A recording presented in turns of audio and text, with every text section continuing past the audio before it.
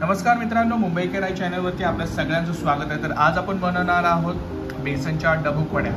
तर त्यासाठी आपल्याला लागणार आहेत इन्ग्रेडियंट्स। हे घेतलेले आहेत आपण कोथिंबीर, हिरवी कोथिंबीर, त्याच्यानंतर आहे लसूण, भाजून घेतलेला हा आहे धनिया, तमालपत्री, त्याच्यानंतर हा घेतलेला आहे खडा मसाला। याच्यामध्ये तुम्ही बघू शकता काय काय आहे, जिरे आहेत, त्याच्यानंतर सिनेमन स्टिक्स बोलतो, दालचिनी, इलायची आहे आणि हे सगळे खडे मसाले आहेत।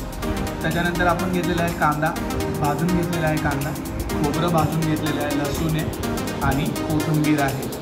त्याच्यानंतर आपण याच्यामध्ये घेतलेला आहे रेड चिली पावडर, लाल मसाला। त्याच्यानंतर घेतलेला आहे आलं लसणाची, हिरवी मिरचीची आणि कोथिंबीरची पेस्ट। त्याच्यानंतर घेतलेला आहे मालवणी मसाला, मीठ आणि हळद, हे सगळे मसाले घेतलेले आहेत। आणि डबूक वड्यांसाठी मी घेतलेले आहे आपण बेसन। तो 1 वाटी बेसनचं पीठ घेतलेलं आहे, त्याच्यामध्ये आपण पाणी टाकलेलं आहे आणि मिक्स करून घेतलेलं आहे।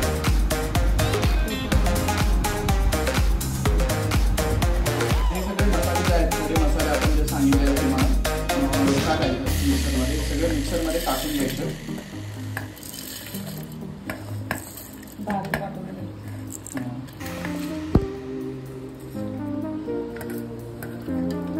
याचा मसाला जो होईल तो तुम्हाला दाखवतो। आणि या डबूक वड्याच्या भाजीमध्ये आपण हे टमाटर असे भाजून टाकणार आहोत। हे भाजलेले टमाटर आहे ते आपण मिक्सरमध्ये टाकणार। हा आपला मसाला असा दिसत आहे आणि बघण्यासाठी आणि वास पण भरपूर छान येत आहे या मसाल्याचा। भरपूर सगळे आपण खडे मसाले टाकलेले आहे, कांदा टाकलेला, टमाटर टाकलेलं आहे, त्याचं मिळून हे मिश्रण तयार झालेलं आहे। आणि हे आता आपण कढीमध्ये ॲड करणार आहोत डबूक वड्यांच्या। हे आपण 2 चमचे तेल घेतलेलं आहे कढईमध्ये, त्याच्यामध्ये कढीपत्ता टाकलेला आहे, तमालपत्री टाकलेली आहे। त्याच्यानंतर काय टाकायचं आपल्याला, आपण ॲड करणार आहोत तो मसाला जो आपण तयार केलेला आहे। आणि तेल भरपूर चांगल्या पद्धतीने गरम झालेलं आहे। हे आलं लसणाचा मसाला आहे, आपण टाकलेला आलं लसूण, त्याच्यानंतर हिरवी मिरची आणि कोथिंबीरचा मसाला। त्याच्यामध्ये आपण टाकणार आहोत मालवणी मसाला,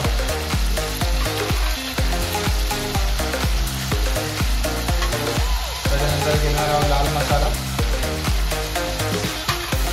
त्यानंतर घेणार आहोत मीठ टेस्टनुसार, त्याच्यानंतर घेणार आहोत हळद पावडर। प्रॉपरली आपण मिक्स करायचं, 5 मिनिटासाठी रेस्ट करू, म्हणजे असंच ठेवायचं आहे कढईमध्ये। त्याच्यानंतर आपला जो मेन मसाला आहे, हे आपण घेणार आहोत 2 मिरच्या, काश्मीरी मिरच्या आहेत त्या। त्याच्यानंतर आपला जो मेन मसाला आहे तो ॲड करणार आहोत। हा आपला जो आहे मेन मसाला कढीसाठी डबूक वड्यांच्या, तर हा आपण ॲड केलेला आहे। तर डबूक वड्या भरपूर फेमस डिश आहे, भरपूर भागांमध्ये महाराष्ट्राच्या केली जाते। तर वेगवेगळ्या भागांमध्ये वेगवेगळी नावं आहेत। तर ही एक बेसनची भरपूर चांगली डिश आहे। तर आपण भाकरी बरोबर खाऊ शकतो, भाताबरोबर खाऊ शकतो, लंच डिनरसाठी एकदम चांगली डिश आहे। फुल कोर्स मील बोलू शकता तुम्ही। हां, तर एक गोष्ट ॲड करायची, ही जर तुम्हाला मटण खायची जर क्रेविंग होत असेल आणि ऑब्व्हियसली पावसाळ्यामध्ये थोडं आपण जरा घाबरतो की मटण आणायचं का नाही अशा वातावरणामध्ये, पण त्यासाठी ही एक उपयुक्त डिश आहे। तर एकदम टेस्ट जो आहे तुम्हाला मटणाच्या कढीसारखाच येणार आहे। तर हा आपला मसाला 5 मिनिटासाठी असाच ठेवायचा, त्याला तेल सुटू द्यायचं। हा मसाला तेल सुटू देणं म्हणजे प्रॉपरली हा पॅनमध्ये फ्राय करून घ्यायचा आहे, मसाला चांगला पकवून घ्यायचा आहे। हा मसाला 5 मिनिटं फ्राय होऊ द्यायचा आहे। हा आपला मसाला पूर्णपणे तयार झालेला आहे, म्हणजे फ्राय झालेला आहे प्रॉपरली। ह्याच्यामध्ये आता आपण पाणी ॲड करणार आहोत।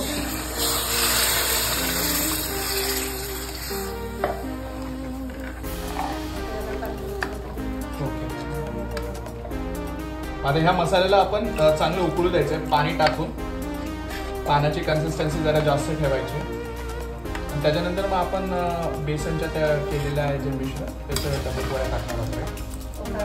उकळल्यानंतर. तर हे किती मिनिटासाठी ठेवायचं तरी? 10 मिनिटासाठी आपल्याला हे गॅसवरती ठेवून द्यायचं. हे आपण जे बेसनचा घोळ तयार केलेला, तो बेसन फक्त आपण कढीमध्ये सोडून दिलेला. तर हा असा दिसत आहे, पूर्ण उकळलेला आहे कढी आपली. तर हे कालवण आता आपण किती वेळ तरी ठेवायचं आहे?